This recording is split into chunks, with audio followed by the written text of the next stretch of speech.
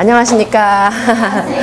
네, 저는 키즈쌤에서 유아교육 전공을 강의하고 있는 정주원이라고 합니다.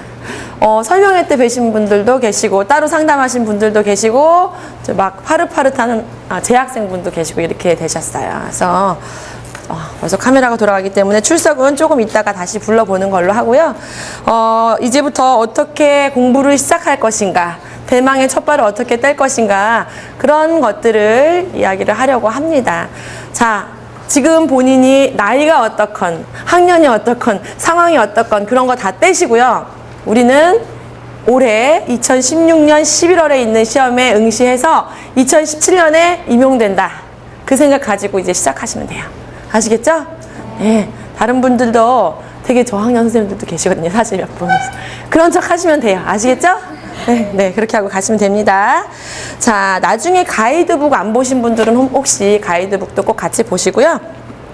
유아교육 개론이라고 하는 제 책을, 제가 이게, 사실 선생님들이 그냥 책도, 분철해서 이렇게 스프링철로 하시는 게 보기에는 훨씬 좋아요.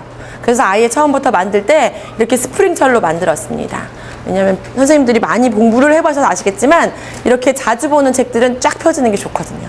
그죠? 계속 쓰면서 읽으면서 해야 되기 때문에 그래서 또 이렇게 부득이하게 만들었습니다.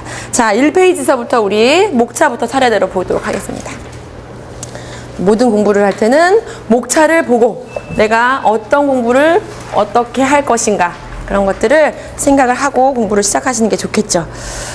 자, 1장 유아교육과 유아교육 과정이에요. 제가 처음에 오리엔테이션 할 때 이제 거의 이게 지금 제가 설명회를 하긴 했는데 약간 오리엔테이션도 하기는 해야 될 것 같아요. 다시 한번. 그렇죠? 그래서 이제 따로 설명회를 들으신 분도 있는데 그렇지 않으신 분도 있기 때문에 1년 동안 그리고 특히 이 1, 2월 시험 수업은 어떻게 진행될 건지를 좀 같이 말씀을 드리려고 합니다.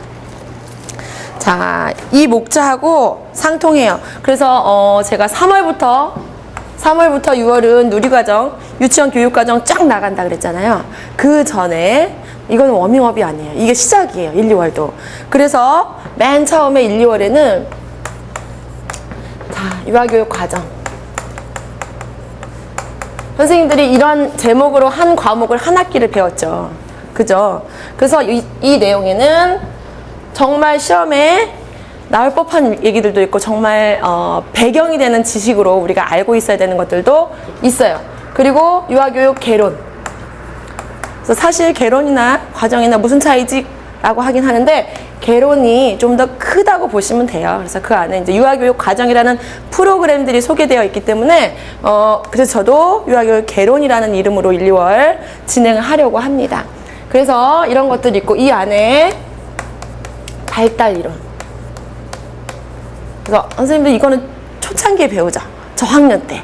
그래서 유아가 어쩌고 태아가 어쩌고 막 그런 발달 이론을 쭉 배우셨을 거예요. 그래서 이런 것들 제가 순서대로 하려니까 보고 말씀을 드려요. 그 다음에 유아교육 사상사. 그래서 우리 이 시험에 유아교육과 관련된 학자들이 반드시 문제에 출제가 되고 있어요. 그래서 올해 2016 대비는 딱 집어서 뭐 학자를 쓰거나 그 학자에 뭔가 쓰는 거는 안 나왔어요, 이번에. 그래서 사실 학자를 열심히 공부한 선생님들은 약간 멘탈이 그렇게 됐었죠. 그랬었는데 근데 알고는 계셔야 돼요. 기본 이론이기 때문에. 그리고 올해 한 번 안 나왔지 내년에는 나올 수 있어요. 그래서 여러 기본이 되는 학자들은 반드시 알고 가셔야 되고요. 그 다음에 놀이. 자, 유아들은 놀이로 학습하잖아요. 그래서 놀이와 관련된 모든 관련 이론들, 그리고 학자들, 그리고 또 최근에는 문제가 이 학자가 어떻게 놀이를 바라봤는지에 대한 그 단계들. 이미 있던 거 말고 또 새로운 학자들에 대한 얘기도 많이 나오고 있어요. 그래서 1, 2월에는 선생님들이 기본적인 것들을 계속 보시고요. 그 다음에 조금 뭔가 기본이 됐다. 그럼 이제 추가적으로 새로운 이론들을 제가 막 찾아가지고 이것도 공부하시는 게 좋겠어요. 계속 말씀을 드릴 거예요. 놀이, 그 다음에 부모교육. 부모교육도 있죠.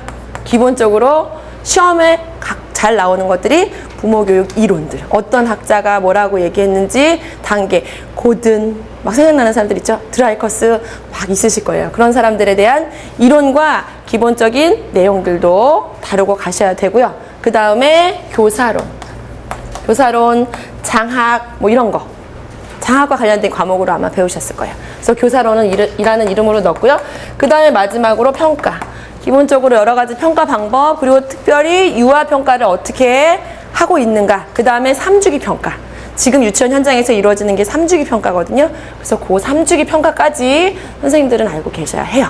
그리고 마지막 주에 제가 처음에 평가를 한 번 더 넣었는데, 여기 다루지 않았는데 또 나와 있는 것들, 제 목차로 넣은 것들은 뭐 반편견이라든지 통합교육이라든지 그런 것들을 지금 이게 주차로 지금 나누는 거예요. 1주, 2주, 3주, 4주, 5주, 6주, 7주, 그 외에 8주 이렇게 해서. 사실은 분량이 조금 차이가 있는 데가 있어요.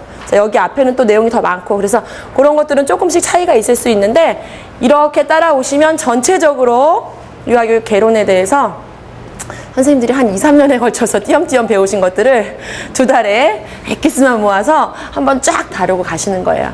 제가 설명회 때도 말씀을 드렸지만, 제 책에 있는 게 다가 아니고 저한테 듣는 강의가 다가 아니에요. 저는 막 저만 따라오시면 다 돼요 이렇게 말씀드리고 싶으면 그거는 누구도 다 거짓말이에요. 선생님들이 더 열심히 많이 공부하셔야 돼요. 기본적으로 여기 수록된 것들은 다 알고 계시고 추가로 더 많이 공부하셔야 됩니다. 아시겠죠? 저는 장수비결 안 가르쳐드리고 올해 딱 끝내는 거 말씀드리는 거예요. 계속 뭐 시험 삼아 2, 3년 이렇게 하시는 분들은 천천히 하시고, 그렇지 않으실 분들은 제가 말씀드린 대로 따라오시면 돼요. 그래서 1, 2월은 사실 선생님들이 학생이어도 학교 갈 일도 없고 아직 시험도 좀 많이 남아있고 그래서 조금 이렇게 루즈한 마음도 들기도 하실 거예요. 그런데 이 진도를 쭉 나가면서 아까 말씀드렸듯이 이게 다 각각 한 과목이잖아요.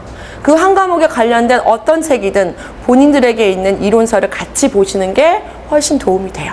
그래서 이거 일주에 우리 페이지로 100페이지 이내지만 그 일주에 나가는 분량이 이걸로 끝나는 게 아니라 그거 플러스 그 책 한 권 다 같이, 그런 식으로. 그래서 2달 보내는 것과 이것만 따라오는 것과 다르죠. 무슨 말인지 아시겠죠? 네. 그래서 목차를 제가 처음에 말씀드릴 때 공부량을 너무 많이 말씀드리나 봐요. 선생님 표정이 점점 경직이 살짝 되시는데, 그런데 이 시험이 처음에는 이제 떨어뜨리는 시험이에요. 맞잖아요. 그쵸? 상대평가는 몇 점 이상 다 합격, 이게 아니라 몇 명을 뽑아야 되는데 그 안에 들지 못하는 사람들은 다 떨어뜨리는 시험이란 말이에요.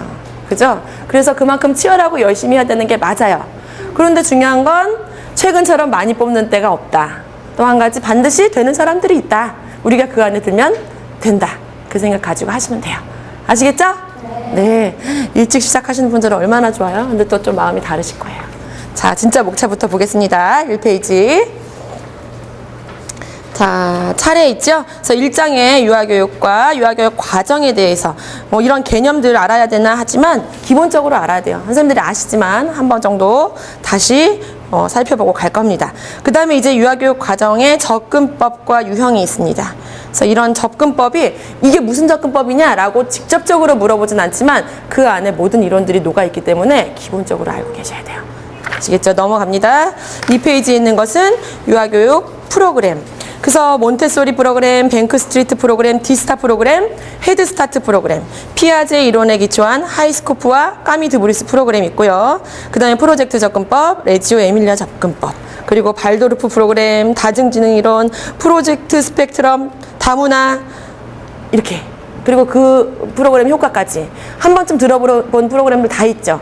그래서 제가 사실 교재 구성할 때 조금 갈등을 좀 많이 했어요. 사실은 자주 안 나왔던 것들은 좀 빼려고 그랬는데, 이제 시험들이 선생님들 기출문제를 보셔서 알겠지만 막 새로운 것, 어느 구석에 있던 것들, 이런 것도 다 같이 나오는 다시 추세예요. 그래서 전체적인 것들을 다 아셔야 되기 때문에 다시 넣었습니다.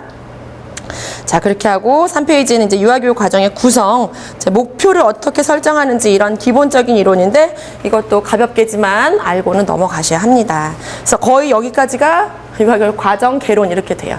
오늘 여기까지 하기 조금 힘들 수도 있겠죠? 하지만 열심히 합니다. 자, 이렇게. 자, 그 다음에 5정에 가서 유아교육과 발달 이론이 있어요. 그래서 성숙이론, 정신분석이론, 학습이론, 인지발달이론, 비교행동이론, 요 5가지 반드시 아셔야 되죠. 그리고 6장에서 아동 발달, 언어, 인지, 도덕성 발달 위주로만 넣었습니다. 다른 발달 많이 있어요.